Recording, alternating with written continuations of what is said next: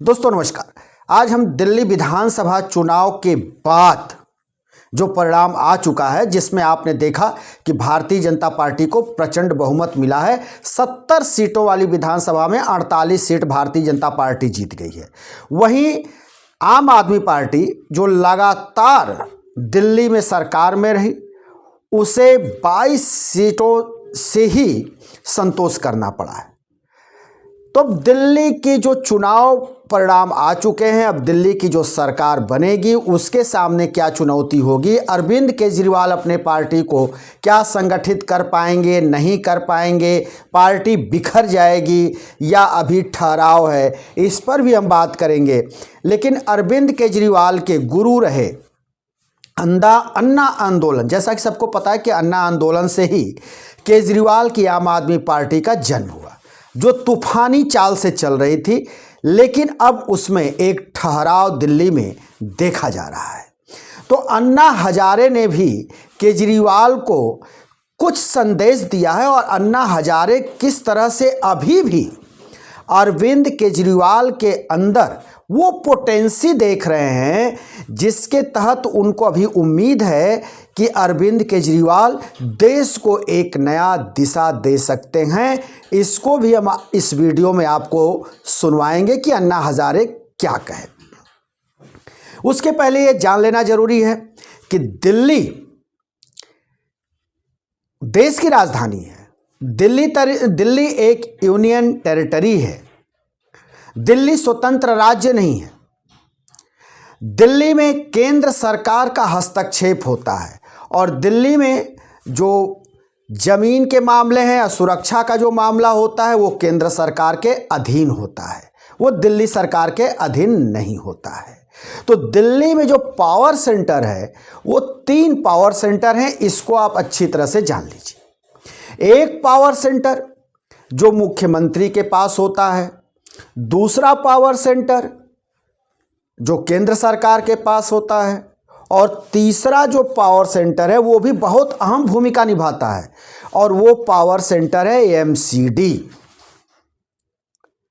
तो अब ये 3 पावर सेंटर हैं और तीनों पावर सेंटर के बारे में अगर ये जान ले आप, तो आपको दिल्ली के विकास को और दिल्ली की स्थिति समझने में बहुत आसानी हो जाएगी।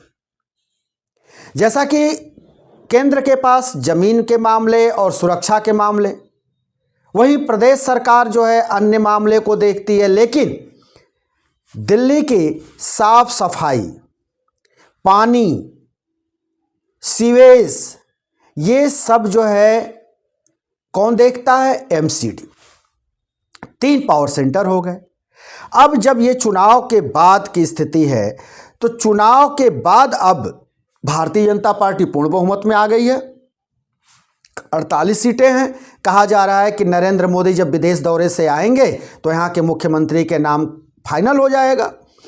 लेकिन मुख्यमंत्री कौन बनता है वो तो एक अलग मामला है, क्योंकि भारतीय जनता पार्टी का ही बनेगा। लेकिन जो अहम अब बात आती है वो ये है कि दिल्ली की सरकार जो भारतीय जनता पार्टी की बनेगी और केंद्र की सरकार जो नरेंद्र मोदी की सरकार है, दोनों अब अपने आप को कहेंगे कि हम डबल इंजन की सरकार है दिल्ली में। तो अब डबल इंजन की सरकार जैसे पूरे देश में काम कर रही है, कुछ वैसे ही काम करने की प्रक्रिया में दिल्ली में आएगी, काम करेगी। लेकिन जो तीसरा एक पावर सेंटर है जिसको आप शायद न समझ सकें, वो बहुत ही इंपॉर्टेंट पावर सेंटर है एमसीडी। और एमसीडी में आम आदमी पार्टी का वर्चस्व है। यहां पर मेयर भी आम आदमी पार्टी से। तो दिल्ली के जो मूल सुविधाएं हैं, चाहे वो जल बोर्ड से पानी का सप्लाई हो या तो फिर जो है साफ सफाई हो, ये सब कुछ एमसीडी में आता है और एमसीडी आम आदमी पार्टी के पास है, यानी अरविंद केजरीवाल की पार्टी के पास है। तो अभी भी कुछ ऐसा नहीं हुआ है जिससे कि भारतीय जनता पार्टी पूरी तरह से निर्द्वंद होकर के यहाँ सरकार चला पाए, क्योंकि अभी भी आए दिन एमसीडी से भारतीय जनता पार्टी की टकराव देखने को मिलते रहेंगे, क्योंकि ये टकराहट होगी ही होगी। और अरविंद केजरीवाल दिल्ली में है तो वो चुप बैठेंगे नहीं। जैसे कि पार्टी कह रही है कि भारतीय जनता पार्टी जितनी घोषणाएं की हैं उसको पूरी करे, उसको डिलीवर करे, जिसमें कि 2500 रुपये की बात है तो मार्च तक का समय प्रधानमंत्री ने दिया है। तो अब आम आदमी पार्टी कह रहा है कि मार्च तक ये 2500 रुपये दिल्ली की हर महिला को मिलना चाहिए, ये मेरी जिम्मेदारी है, मैं दिलवा कर रहूँगा। तो आप समझ सकते हैं कि ऐसी पार्टी है कि जहाँ पर भी भारतीय जनता पार्टी डिलीवर से चुकी तो ये पार्टी रोड पर उतर जाएगी। अब हम आते हैं अरविंद केजरीवाल के हार के बाद तमाम चर्चाएं चल रही हैं कि अरविंद केजरीवाल के जो मित्र रहे उस दौरान वो सब अलग हुए और सभी नाराज़ चल रहे हैं। खैर ठीक है, वो तो नाराज़ होंगे ही, जिसमें कुमार विश्वास का नाम है, योगेंद्र यादव का नाम है, शांति भूषण का नाम है, उसमें तमाम नाम हैं। पत्रकार से नेता बने थे आशुतोष, उनका नाम है। तमाम लोग पार्टी छोड़ करके गए या उनको किसी तरह से मान लीजिए परेशानी हुई, वो हटे या हटा दिए गए, चाहे स्वाति मालीवाल हों। तो ये सब लोगों को बताया जाता है कि ये बहुत खुश है अरविंद केजरीवाल के इस हार से।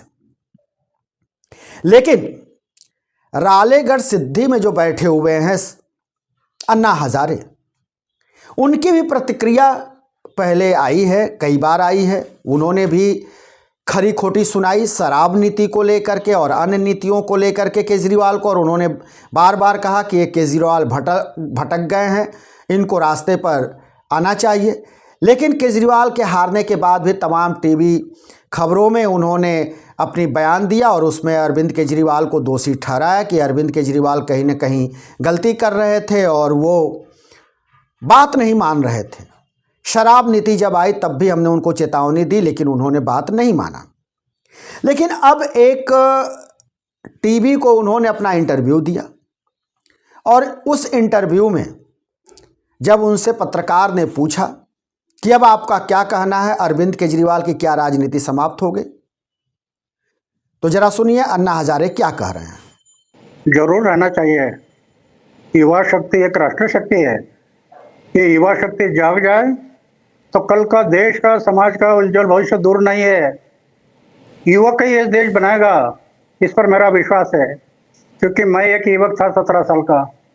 एक युवक गया गुजरा गांव, एक युवक गया गुजरा गांव को कैसे बदल सकता है, ये मैंने उदाहरण दिया। तो अरविंद जैसे नवयुवक है, ये मेरा आशा स्थान था। बड़े आशा से मैं देख रहा था कि ये कुछ ना कुछ देश के लिए करेगा, ऐसा मेरी धारणा थी। जब ये शराब सत्ता आ गई, शराब की दुकान, शराब का लाइसेंस ये आ गया। आपने सुना कि अन्ना हजारे कह रहे हैं कि अभी उसके अंदर पोटेंसी है, युवा है, उसको राजनीति से अभी नहीं हटना चाहिए, अभी उसके अंदर राजनीति बची है और उसको अपने इस तरह के चाल चरित्र चेहरे को छोड़ना होगा, उसको लोगों के हित में काम करना होगा और लोगों के हित में काम करते हुए आगे बढ़ना होगा। अभी उसको पीछे हटने की ज़रूरत नहीं है। तो अगर इस तरह से देखा जाए तो कहीं ना कहीं अन्ना हजारे एक बार फिर हौसला अफजाई कर रहे हैं केजरीवाल का। वहीं दूसरे जब प्रश्न पूछे जाते हैं अन्ना हजारे से तो जरा वो भी सुनिए कि अन्ना हजारे क्या कह रहे हैं। तो मेरा दिमाग से निकल गया, क्या दोबारा आता है। क्या क्या एडवाइस करेंगे उनको? अब आप क्या सलाह देना चाहेंगे उनको? इसके बाद क्या करना चाहिए उन्हें? सलाह इतना दूंगा कि जो पहले आपने जो किया है वो सब छोड़कर जीवन में।